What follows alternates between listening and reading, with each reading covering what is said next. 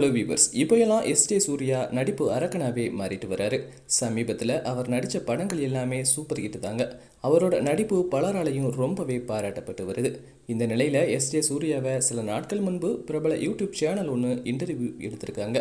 அதில் அன்பே ஆருயிரே படத்தில் இடம்பெற்ற பொதிகை மலையை பிரிந்து பாட்டை பாட சொல்லி இருக்காங்க.